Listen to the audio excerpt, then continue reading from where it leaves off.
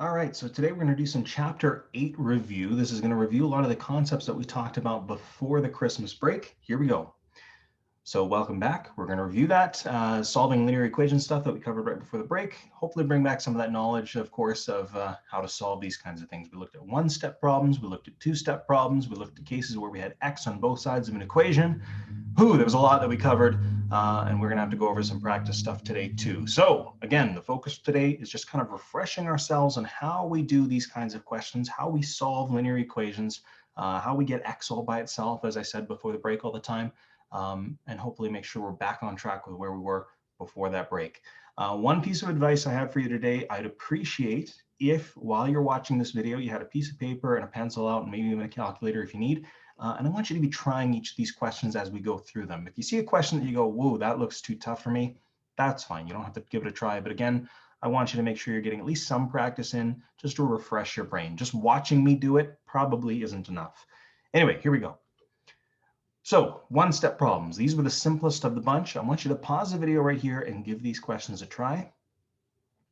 And now I'm going to go over them. So hopefully we're able to get this. They're one-step problems for a reason. They only take one step. So this first one is 7x equals negative 42. We want to get x all by itself. To do that, we have to do whatever is the opposite of what's happening to x. Since x is being multiplied by 7 here, let's divide by 7 on both sides first. So if we divide by 7, that gets rid of the 7 here, and we're left with x equals negative 42 divided by 7. That'll give you negative 6. So x equals negative 6 is going to be our answer there. As for this other one, we have x over 14 equals 6. That's the same thing as saying x divided by 14 equals 6. Once again, we're going to do the opposite of whatever's happening to x. So let's multiply by 14 on both sides, because that is the opposite of dividing by 14. That gets rid of our divide by 14. We're left with x equals 6 times 14, which I am pretty sure, I hope I'm not wrong on this, but I'm pretty sure it is 84. I do not have a calculator present with me at the time. Yeah, that is right. That is right. I'm pretty sure that's right. So we're good. Anyway, x equals 84. That would be our answer there. Anyway, those are one-step problems. Those are nice and quick. Let's go a little bit more in detail here. These ones are a little bit tougher. We call them one-step problems, sort of, but they're really more like two-step problems. I'd like you to pause the video here, give these ones a shot as well. Okay, for that first one, 10 divided by x equals negative 2. I don't like calling this one a one-step problem because it is, in my mind, definitely a two-step problem. When we have our variable, in other words, our x on the bottom, we have a lot of trouble with that, right? It's really harder to solve that when it's down there. So what I do is I start by multiplying by x on both sides to get rid of that divide by x, because that is just in a really awkward position. That's going to give us 10 equals negative 2 times x. And that becomes a more typical linear equation, kind of like the ones we saw in the last slide. Since it's negative 2 times x, let's now just divide both sides by negative 2. And that is going to give us 10 divided by negative 2 is negative 5 equals negative 2x divided by negative 2. That cancels those negative 2's out.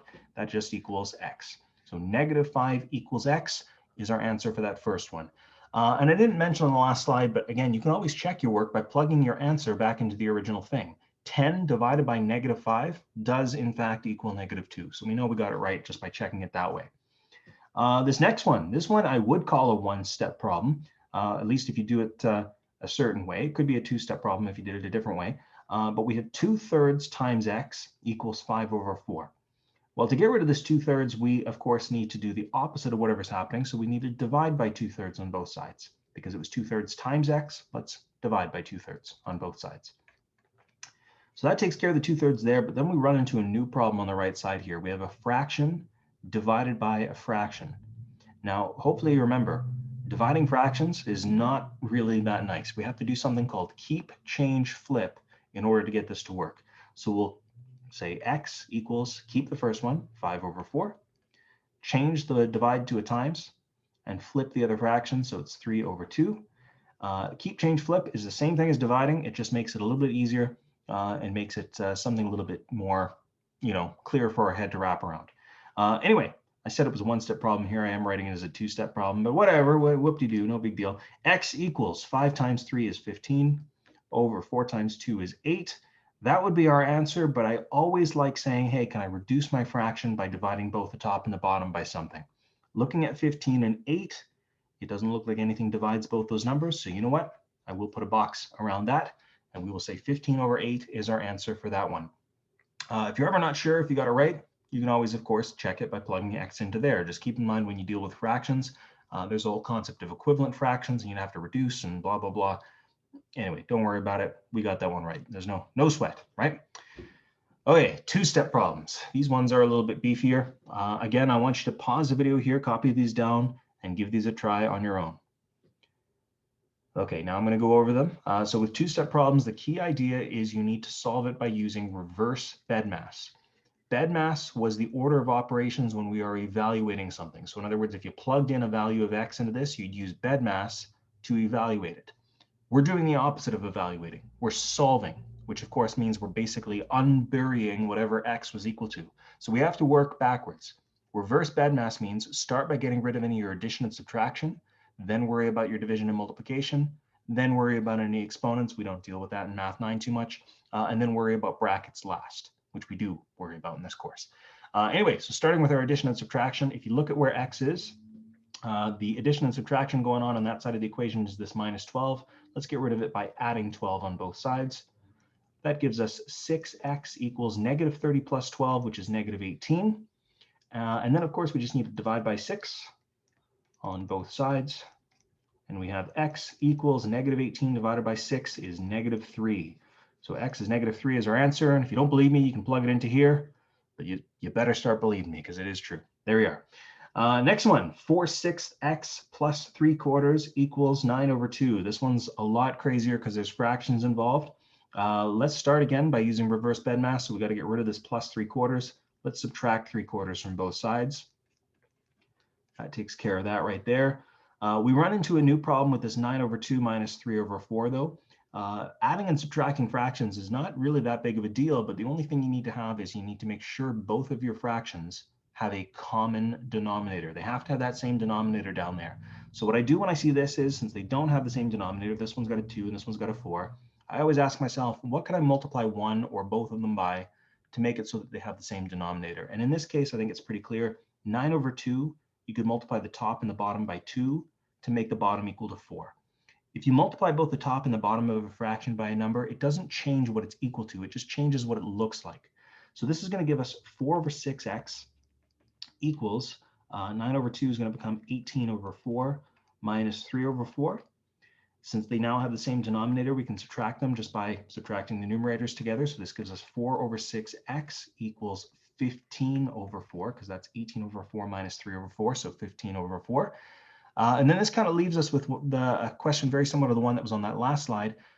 We have 4/6 times x. Let's get rid of that by dividing by 4/6 on both sides. That is now gone. So we have x equals 15 over 4 divided by 4 over 6. That's a keep, change, flip problem because you can't divide fractions. So keep, change, flip to 6 over 4. Let's see what that's going to equal. That's going to be x equals 15 times 6. I believe that is 90 over 4 times 4. That's 16. And that certainly is going to reduce here. I can tell you right off the bat, I know that that's going to reduce. First thing I can say that both the top and the bottom divide by is both the top and the bottom do divide by 2. So to reduce that, I'll divide both the top and the bottom by 2. Again, not changing what it's equal to, just changing what it looks like. So it's a little bit simpler. That would be 45 over 8. And then I think we are good to go because the only things that divide 8 are 2 and 4, and that does not go into 45.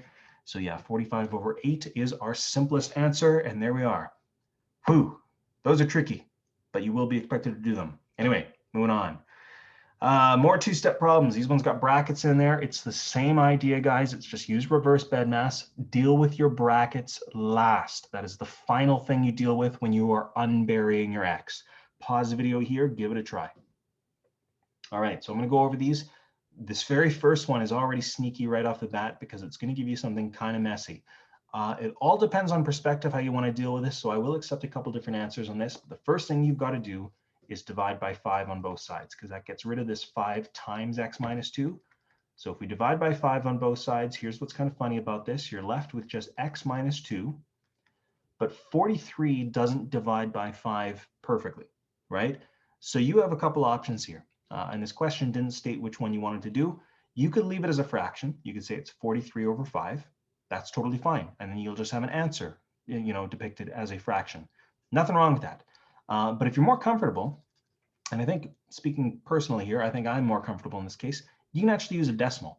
Now, the reason a decimal is okay in this question is because your decimal is actually going to be nice. It's not going to be like some infinite decimal that repeats forever and it's a really messy thing. It's going to be a really nice decimal. 43 divided by 5 is, I'm pretty sure, 8.6. Like literally just 8.6. It's not 8.6 repeated or anything. It's just 8.6. That's a decent enough decimal. I'm pretty comfortable using that. From there, we want to get x all by itself, so we just need to add 2 to both sides. That means x is going to equal 10.6. So 10.6 is a totally valid answer. If you went the other route, though, and you said x minus 2 equals 43 over 5, you would have to add 2 to both sides anyway. That would give you 43 over 5 plus 2. But of course, to add fractions, they have to have a common denominator. So 2 is going to become 10 over 5. And of course, that'll leave you with x equals 53 over 5, which if you were to throw that in your calculator, you'll see it's 10.6 anyway. It's all the same. No big deal, right? So either of those answers totally acceptable. If it was a non-repeating decimal, or a repeating decimal, I should say, or non-terminating, I guess I could say, I wouldn't accept that as an answer. But in this case, because 10.6 is a pretty nice number, might as well leave it there. It's no big deal. All right, this next one is certainly a bit crazier because of these fractions, but it's more or less the same idea as the other one. We got to get rid of this 2 over 7 times x plus 4, so let's divide by 2 over 7 on both sides. So that is now gone. This leaves us with x plus 4 equals, we got to keep, change, flip this, so it'll be 11 over 3, that's your keep. Change to a times, 7 over 2 is your flip. That's going to give us x plus 4 equals 11 times 7 is 77 over 3 times 2 is 6. I'll tell you right now, 77 over 6, I don't know what that number is off the top of my head, but it's not going to be a nice decimal. Not a super nice decimal. It might not, it's not going to repeat forever and ever, I don't think, but I'll leave it as a fraction because that, that's going to be a little bit messy. Anyway, we want to get x all by itself, so let's minus 4 from both sides. So we have x equals 77 over 6 minus 4. In order to subtract fractions, they have to have a common denominator. So we're going to say x equals 77 over 6 minus, to get this over 6, remember it's 4 over 1, so times both the top and the bottom by 6. That'll be 24 over 6. And that'll leave us with x equals 77 minus 24. Give me a second. I think that's 53. Yep, 53 over 6. And then we have to ask ourselves, does this reduce any further? Is there any number we can divide both the top and the bottom by? Certainly not 2, and I don't believe we can divide by 3 either. So 53 over 6 would be our final answer there. I suppose if the decimal is decent, I would allow it. I think it's going to be 8 point something. I'd let you discover that on your own. Again, I don't have a calculator in front of me at the moment. I could go get one, but I'm not going to do that. I'm not going to do that. We'll leave it as 53 over 6. So generally speaking, it's best to leave it as a fraction, but if it's nice, like this one was, I really don't care. You can leave it as a decimal as well. That's totally okay. Most people, I think, find decimals easier. It's whatever. All right, so here's a trick for dealing with fractions. I never told you this before. Well, haha, made you guys do things the hard way. But there's actually a nice trick for dealing with fractions when you have this big, long, complicated linear equation. So when you're dealing with fractions in a big linear equation, it's sometimes easiest just to multiply away all of the denominators first.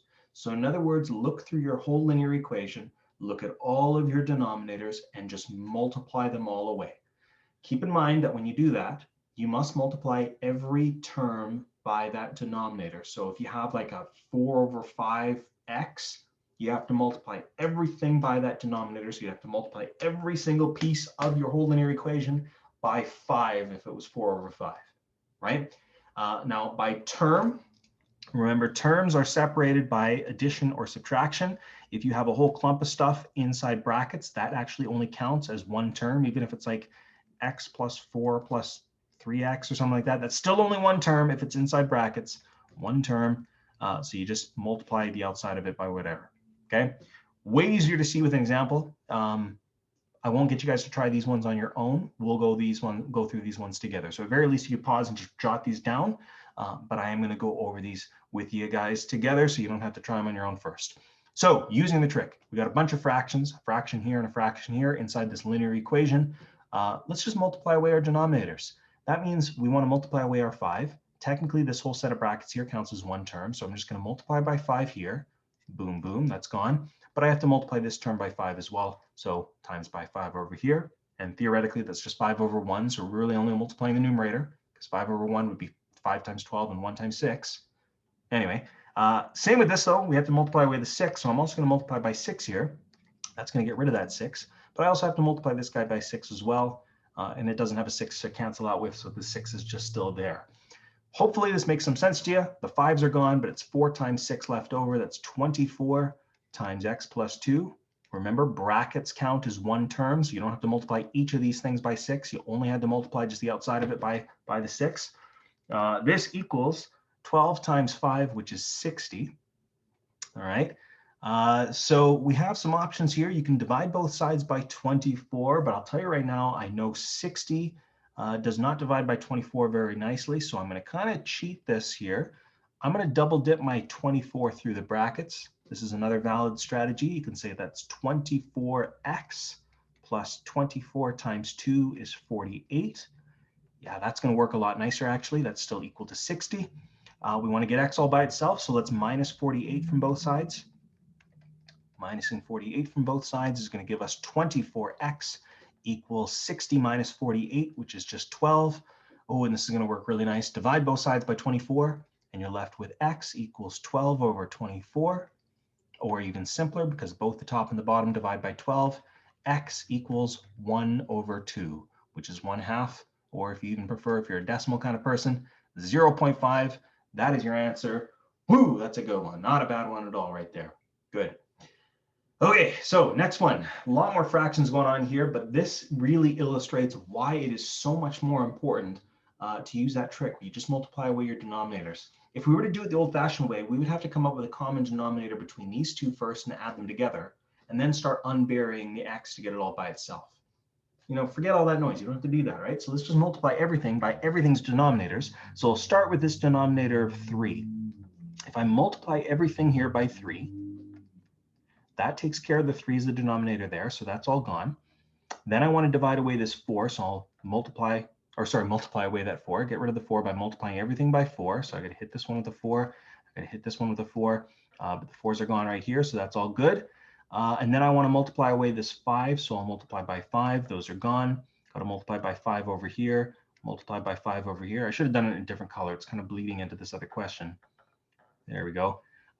Anyway, long story short, what we're left with is 2 times 4, which is 8, times 5, which is 40, times 5x minus 7, equals 3 times 5. That 5 technically should have been there. I don't know how it got up there.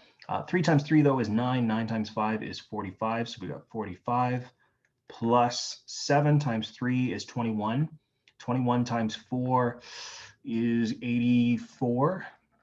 So we got 45 plus 84. This is going to get a little bit more complicated here, but bear with me on this one. 45 and 84, those can add together. So I'll leave this as 40 times 5x minus 7 equals 45 plus 84 is 129, I believe. 129 does not divide by 40, so I'm going to kind of cheat the system here by multiplying that 40 through. 40 times 5x is 200x, because 40 times 5 is 200, minus 40 times 7 is 280. This equals 129. So all I did there again was I just double dipped your 40 through the brackets. That is a valid strategy. You can do that. And now this becomes a more straightforward linear equation just with really big uncomfortable numbers, right? So let's add 280 to both sides now. I'm going to get myself some room. I'll work over here. So we got 200x equals 129 plus 280. That's going to be 409. So 409. And then the last thing we got to do here is just divide by 200. So x is going to equal 409 divided by 200. And I'm pretty sure that's actually as far as we can go, because I don't think any number divides both 409 and 200. And you definitely won't want to write that as as a decimal as well. It'll be 2 point something if you did. It'll be almost like 2.05-ish, somewhere around there. I'm not going to mess with that though. I'm just going to leave that as 409 over 200. That was a tricky one, pretty tough one, but you know what? It happens. There they are. All right, last slide here, some tough two-step problems. The first one, I don't know, it says tough. I don't think it's too bad. It's just the only problem is we got X on both sides. If you want to pause here and give it a try, you can. Otherwise, I'm going to go over it right now. To solve this first one, of course, there's X on both sides of the equation. That is not a good thing. We want to get all the X's to one side of the equation as soon as we can. But this 7 on the outside of the brackets here is causing us a little bit of problem. So what we should do is we should take the 7, double dip it through the brackets here to give us 7x minus 14 equals 5x plus 4. Now it's a little bit more apparent what we can do with our x's. Remember, we don't like having x's on both sides of the equation. So my usual technique is to move the smaller number of x's to the other side first. So I'm going to start by minusing 5x from both sides here first. That gets rid of our 5x over here, so we no longer have x on both sides of the equation. 7x minus 5x is 2x, so we only have 2x minus 14 left over, and that equals plus 4. And then this just becomes a normal two-step linear equation, right? So we can just add 14. So this gives us 2x equals 4 plus 14 is 18, and then divide by 2. So we have x equals 18 divided by 2, which is 9. As always, if you want to check your work here, you can just plug x back into the original question. You know what, just for fun here, just because we've not done it, I will do that. So if I check my work, we can say 7 times 9 minus 2. We want to see if that equals 5 times 9 plus 4. So again, just plugging it back into this original thing here. To evaluate this, just evaluate each side separately. Use BEDMAS to do it. So take care of your brackets first. 9 minus 2 is 7, so we have 7 times 7. Which of course 7 times 7 is 49. On this side we have 5 times 9, which is 45, plus 4, which of course 45 plus 4 is 49. We see 49 equals 49. Bingo, bango, bongo, we got it. It worked, right? So in other words, x equals 9 definitely is a solution. All right, this next one. We really are going to want to use that trick we learned on that couple slides back because we got two fractions here. Using the old-fashioned way, you'd have to double dip these fractions through, and then you'd have to get common fractions, and I don't even want to think about the rest because it'd be way too much work. Instead, let's just multiply away our denominators. So let's start by multiplying by 8. That takes care of the 8 down here. Whatever you do to one side of an equation, you have to do to the other. So I'll put the 8 there. You do not put it on every single one of these things inside the brackets because brackets count as one single term. Okay, so only multiply the outside of the brackets because it all counts as one single term when it's in brackets.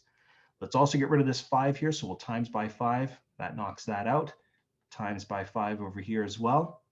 This will just leave us with 6 times 5, which is 30, times x plus 2 equals 3 times 8, which is 24, times 2x minus 3. We're still left with the same problem we had on that very first one there. We have x on both sides of the equation. We really don't like having x on both sides of the equation, so let's double dip our stuff through here. 30 times x is 30x, plus 30 times 2 is 60, equals 24 times 2x, that's 48x, minus 24 times 3 is 72. My next hint, once this is all expanded out, is to move your smaller number of x's over to the other side. The smaller number of x's here would be your 30x, so let's minus 30x from both sides. That'll knock that out right there. This is going to leave us with 60 equals 48x minus 30x is 18x minus 72. And then this becomes a two-step problem from here. I don't know why I called them two-step problems to begin with. They are clearly not two-step problems. This is like a 4-step problem or a 5-step problem even. Anyway, we want to get x all by itself. Let's add 72 now to both sides. That's going to give us, holy smokes, 60 plus 72. I'm pretty sure that's 132 equals 18x. And then we got to divide by 18 on both sides. So 132 over 18 equals x. It'd be really nice if that went in really nice and evenly. I don't know though, so I won't confirm that. So what I will do is I'll start picking apart this however I can. I know right off the top of my head, both of these numbers divide by 2, right? Because always simplify your fractions down. So since they both divide by 2, I'm going to say x equals 18 divided by 2 is 9. 132 divided by 2 is that 66, I think? Let me just double check. I'm just thinking in my head. Yes, it is 66. And then I can see both of these numbers divide by 3. So I'll divide by 3 now. That gives me 22 over 3. And now I can confirm that's as low as we can go. So 22 over 3 is the simplest answer there. And that would be, of course, how we can simplify this answer. Whew, that was a tough one. Holy smokes. But the good news is we're done. Yay, yay, we're done. All right, so anyway, so for practice, page 327, questions 6 to 15. These are the ones I gave you from before the holidays. So you might want to look back through your notebooklet or even in your textbook, wherever you stored them. Find those questions, make sure those questions are done. And if you are done those questions, I want you to work on page 330, questions 5 to 20, but just omit question 9. It's not a very good one. So you can just omit that one and not worry about it. Anyway, again, your main focus for today is get these done. If you're already done them, work a little bit on this. Don't worry about finishing these today. We will have several days to work on them. So please, by all means, do not rush through them. And as always, if you need me for any extra help, I am available in Zoom, and best of luck.